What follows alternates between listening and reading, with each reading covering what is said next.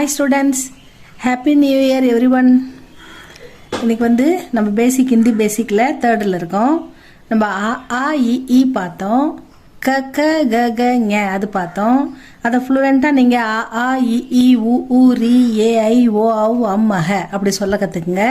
அதே மாதிரி க க க க கேட்டாலும் மனப்பாடமா நீங்க வந்து க க க க ஞ ச ச ஜ ஜ ஞ ட ட ட ட ந த த த த ந ப ஃப ப ப ம ய ர ல வ ஷ ஷ சஹ இக்ஷ இத்திர ஞ ஷர அப்படின்னு கடகடன்னு சொல்ல கற்றுக்குங்க. எந்த ஆனாலும் நீங்கள் விட்டு போயிடுச்சுன்னா மனசுக்குள்ளே சொல்லி பார்க்கலாம். எழுத்து கண்டுபிடிக்கணும்னா இந்த அளவுக்கு ஃப்ளூயண்ட்டாக கொண்டு வந்துட்டு இப்போ இருப்பீங்கன்னு நினைக்கிறேன். நெக்ஸ்ட் ஸ்டெப்பு போகிறோம். அடுத்தது நம்ம படிக்கிறதுக்கான மாத்ரா ஏன் அது எப்படின்னு பார்க்கலாமா? கோகுல் ஹிந்தி அகாடமியில் ஹிந்தி பேசிக் 3ல் மாத்ரா ஏன் பார்க்க போகிறோம். மாத்ரான்றது நம்ம தமிழில் வந்து எப்படி படிப்போம்னா, நம்ம தமிழில் கா கா கி கி கூ கூ அப்படின்னு படிப்போம். உயிரெழுத்துக்கள் மெய் எழுத்துக்கள், அதுக்கப்புறம் வந்து காக்கா கீக்கி. இப்போ உயிரெழுத்துக்கள் மெய் எழுத்துக்கள் படிச்சிட்ட உடனே எழுத்து கூட்டுறதுக்காக காக்கா கீக்கி படிப்போம். அதே தான் இதுலேயும் உயிரெழுத்துக்கள் நம்ம ஆ இ படிச்சிட்டோம்.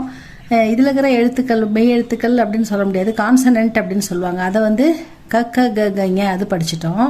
இப்போ அதுக்கப்புறம் காக்கா கீக்கி ஒரு வார்த்தையில் அப்ளை பண்ணணும் எப்படின்னா அந்த மாத்ரா பார்க்க போகிறோம். அதுதான் இந்த மாத்ரா. இப்படி ஒரு கோடு போட்டால் அது ஆக்கி மாத்ரா. இந்த அன்றது ஆ சொல்கிறதுல அப்படின்றது தான் க ச ட த ப அந்த மாதிரி க க ச ச ட ட அந்த எழுத்தெல்லாம் ஆக்கி மாத்ரா. ஆக்கி மாத்திரா பண்ணோம் ஒரு கால் துணைக்கால் சேர்ப்போம் தமிழில் கான்றதுக்கெல்லாம்.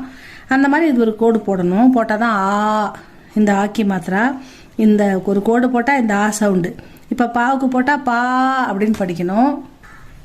நம்ம வார்த்தைகள் படிக்கணும்னா இந்த மாத்திரை அவசியம். இந்த கோடுக்கு என்ன அர்த்தம்னா ஆன்ற அர்த்தம். இப்படி போட்டால் ஈன்னு அர்த்தம். இந்த பக்கம் போட்டால் ஈ. இப்போ கா போட்டு இந்த ஈ அப்படின்னு போட்டோம்னாக்கா கீ அப்படின்னு படிக்கணும். இது வந்து ஊக்கி மாத்திரா. இது இந்த ஊவோட சவுண்டு தான் இதுக்கு வரும். அடுத்து ஊக்கி மாத்திரா. அடுத்து ரீ. இந்த ரீன்றத ரூ அப்படின்னு சொல்லுவாங்க. ரூக்கி மாத்திரா. இது வந்து ரீ ரூ 2 சவுண்டில் படிக்கலாம். ரூன்னு இந்த இடத்துல மட்டும் நம்ம ரூன்னு எடுத்துக்கணும். ரூக்கி மாத்திரா. மேலே ஒரு கோடு போட்டால் அது ஏ, மேலே 2 கோடு போட்டால் அது சவுண்டு வந்து ஐ, கீழே ஒரு கோடு மேலே ஒரு கோடு போட்டால் அது ஓ, கீழே ஒரு கோடு மேலே 2 கோடு. இந்த ஆ பக்கத்தில் கீழே ஒரு கோடு மேலே 2 கோடு வருது பாருங்க. அதே தான் இங்கே அந்த இதே ஓ சவுண்டு தான் அவு சவுண்டு தான் இதுக்கு வரும். கீழே ஒரு கோடு மேலே 2 கோடு ஆ போட்டால் அது வந்து அவு சவுண்டு. இங்கே ஆக்கு பதிலாக இப்போ கா போட்டோன்னா இதை கவுன்னு படிக்கணும். பா போட்டால் பவுன்னு படிக்கணும். மா போட்டால் மவ் அப்படின்னு படிக்கணும். அவ்வளோதான்.